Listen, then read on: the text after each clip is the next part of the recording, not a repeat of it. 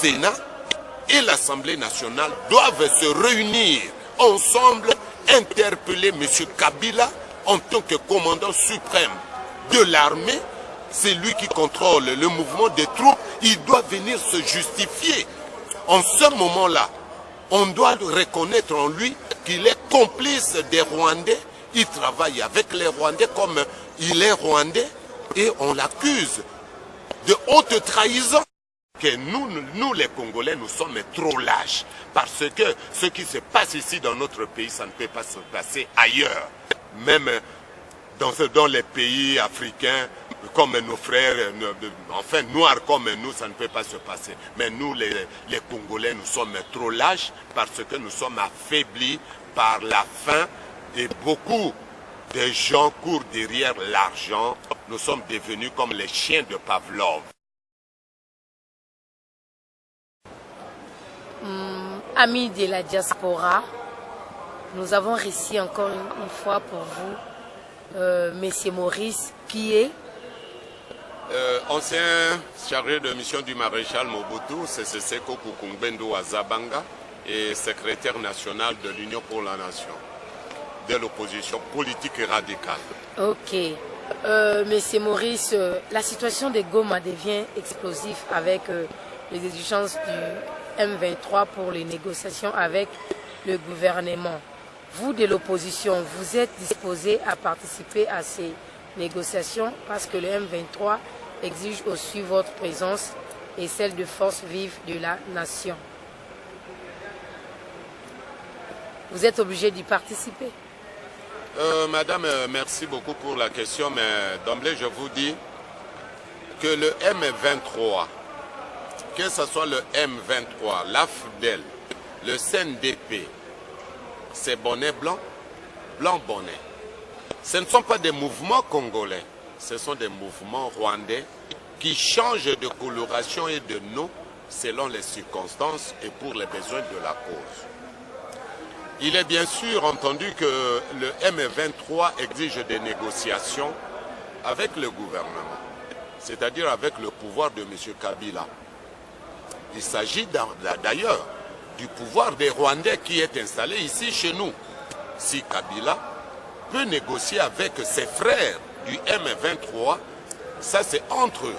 Mais en ce qui nous concerne de l'opposition, moi je peux vous dire, madame, que l'opposition ne peut pas participer aux négociations du M23 parce que le M23 n'est pas un mouvement congolais.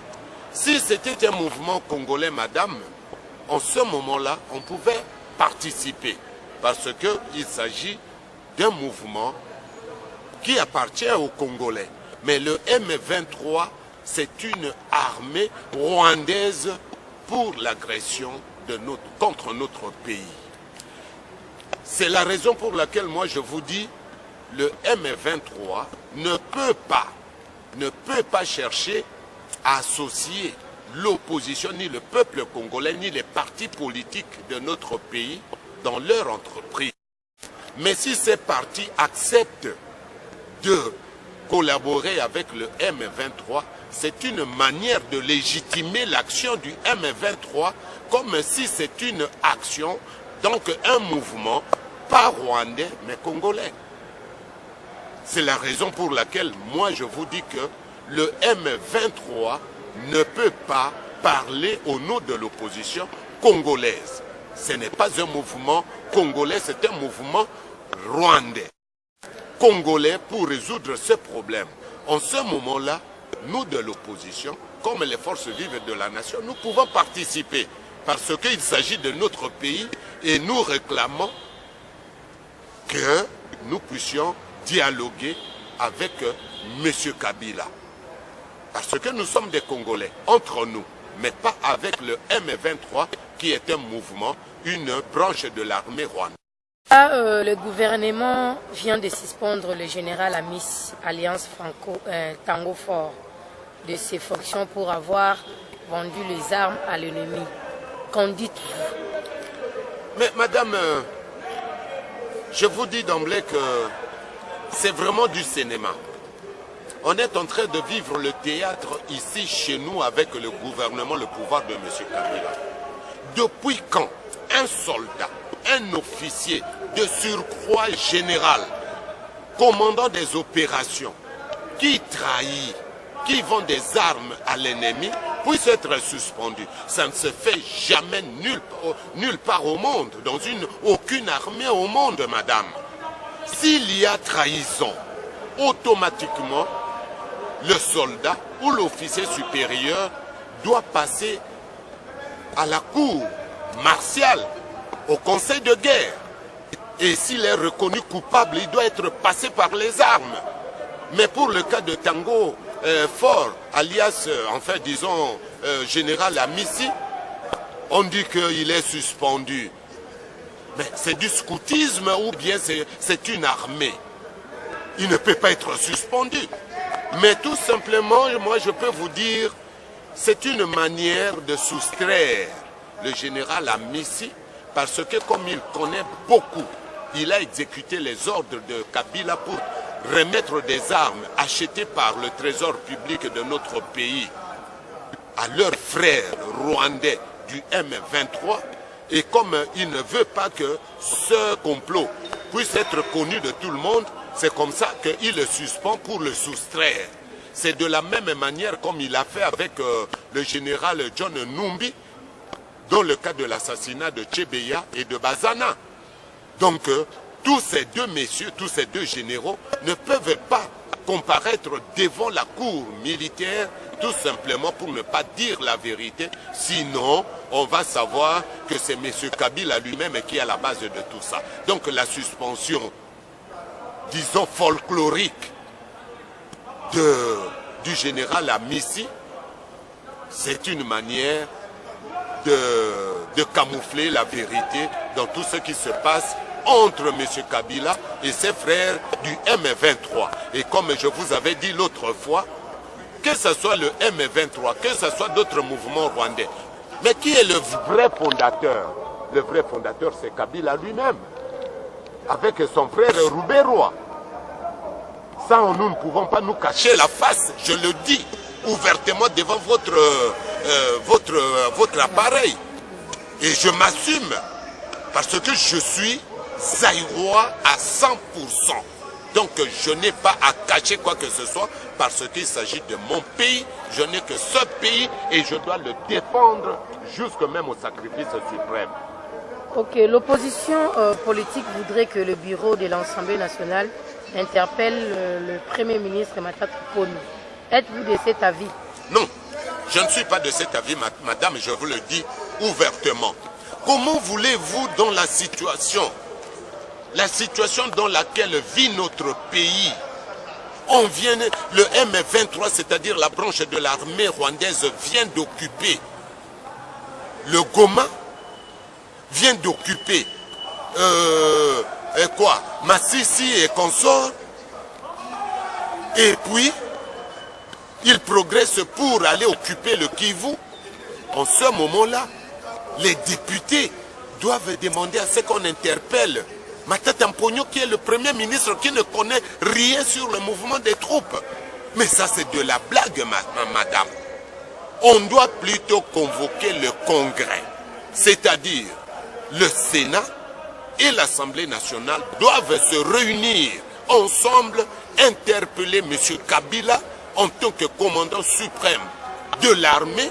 C'est lui qui contrôle le mouvement des troupes. Il doit venir se justifier. En ce moment-là, on doit reconnaître en lui qu'il est complice des Rwandais. Il travaille avec les Rwandais comme il est Rwandais et on l'accuse de haute trahison. Madame, nous sommes au courant. Nous sommes au courant qu'il y a de ces opposants du pouvoir qui cherchent à distraire l'opinion nationale parce qu'ils ont eu des contacts secrets avec M. Kabila, avec le pouvoir de M. Kabila, pour faire partie d'un soi-disant gouvernement d'union nationale. Et ce sont eux qui cherchent à ce que Matata Ponyo soit interpellé pour qu'on fasse tomber le gouvernement de Matata Ponyo et qu'il fasse partie de ce gouvernement. Nous n'avons pas besoin de ça. Nous avons besoin que le Congrès, c'est-à-dire le Parlement, convoque le Congrès, qu'on interpelle M. Kabila, et le cas échéant, M. Kabila doit être assigné en justice pour haute trahison. Voilà, beaucoup se demandent pourquoi les silences du président Etienne Tshisekedi. Mais que voulez-vous? Tout d'abord, il faut voir Etienne Tshisekedi, le président Etienne Tshisekedi. Il a commencé à lutter depuis quel âge? Aujourd'hui, il a quel âge?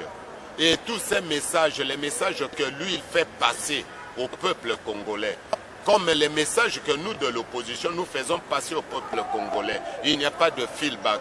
Notre population, comme il est animalisé à outrance, il a perdu espoir de vivre. C'est comme ça que, comme le peuple ne peut pas suivre toute cette situation, c'est comme ça que voulez-vous que M. Etienne Tshisekedi fasse encore? Il avait tout fait, il avait tout dit. Maintenant, ce qui nous revient, nous, de cette génération, de pouvoir réagir pour donner le tonus à M. Tshisekedi. Mais de lui-même, qu'est-ce qu'il peut faire? Et vous savez bien qu'il est en résidence surveillée depuis un certain temps. Mais là déjà, la M23 exige qu'on puisse lui faire quitter à la résidence surveillée. Mais qu'on dégage madame, déjà la police. Effectivement, madame, c'est comme je vous ai dit au là, départ. vous serez maintenant en accord avec le M23. Non, c'est déjà au départ. Je vous ai dit que le M23, comme c'est un mouvement rwandais, c'est une branche de l'armée rwandaise, pour se faire légitimer, pour se faire aimer par le peuple congolais, parce qu'ils ont constitué une infiltration à outrance, ne peut que demander la libération d'Etienne Tshisekedi, des opposants. Enfin, tout ce que vous connaissez comme exigence du M23 pour s'attirer la sympathie. Et à partir de ça, c'est un hameçon que le M23 tend. Et si nous mordons à cet hameçon, maintenant la communauté internationale va accréditer la thèse selon laquelle le M23 n'est pas une branche de l'armée rwandaise, c'est une affaire congolo-congolaise. Donc il ne faut pas croire à toutes ces exigences-là du M23 qui réclament la levée de la mise en résidence de M. Etienne Tshisekedi. Ça, c'est du cinéma.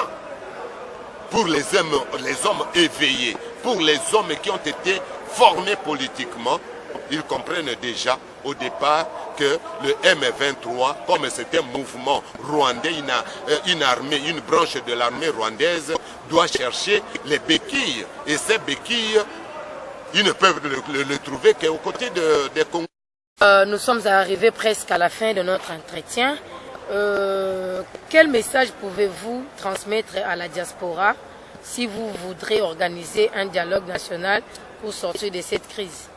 Oui, madame, je vous dis que je suis très content pour toutes les actions menées par nos frères qui se trouvent à l'étranger, donc la diaspora. Et je les encourage de mener encore des actions beaucoup plus fortes. Parce que, ici, chez nous, bien sûr, il y a des opposants. Mais moi, je vous dis, madame, que s'il y a 100 opposants, il y a seulement 10 qui sont des vrais opposants. Les 90 autres, je vous dis d'emblée, madame, que ce sont les opposants du pouvoir. C'est-à-dire les hommes que le pouvoir a infiltré dans la véritable opposition. C'est ce qui handicape notre opposition, notre progression. Et je demande à mes frères de la diaspora de faire vraiment attention avec tous ceux qui viennent là-bas, qui se prétendent être de l'opposition, malgré les actions qu'ils peuvent mener, malgré les déclarations qu'ils peuvent faire. Mais entre nous, nous connaissons, il y a de ceux-là qui jouent le double jeu. Alors, en ce qui concerne les négociations, moi je vous dis que, pour moi, les négociations ne peuvent se dérouler qu'entre les Congolais eux-mêmes. C'est-à-dire, c'est ce que nous appelons le dialogue national, la table ronde.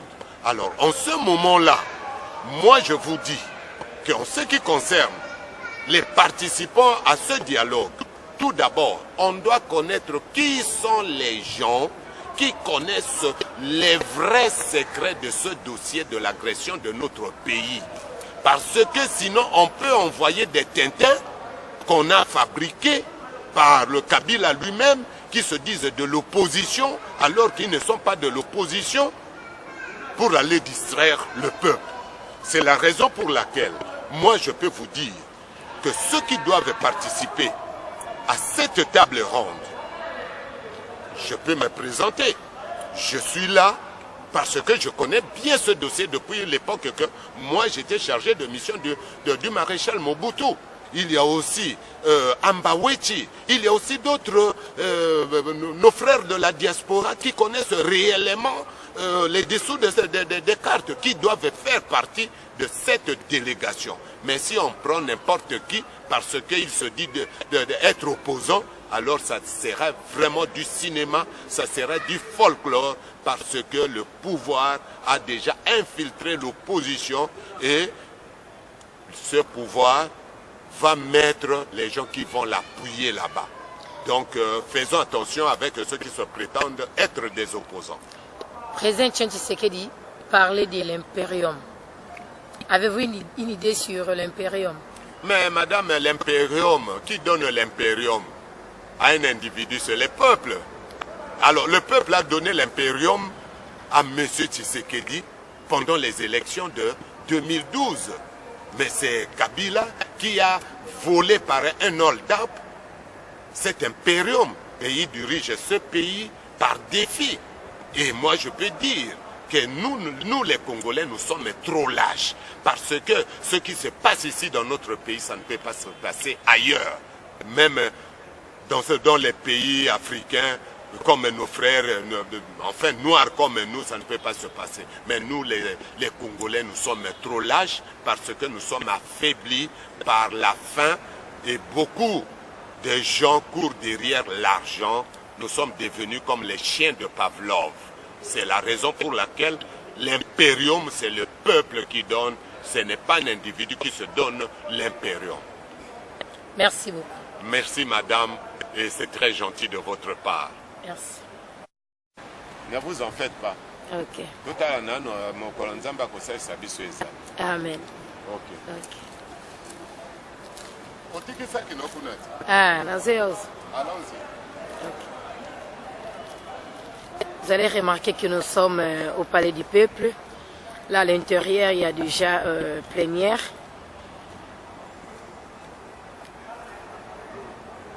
Merci beaucoup à Patrick Tevez, merci à Jeannot Kabouya. La lutte continuera, nous continuons. C'est la voix de Dodo Moussao, qui était toujours derrière la caméra.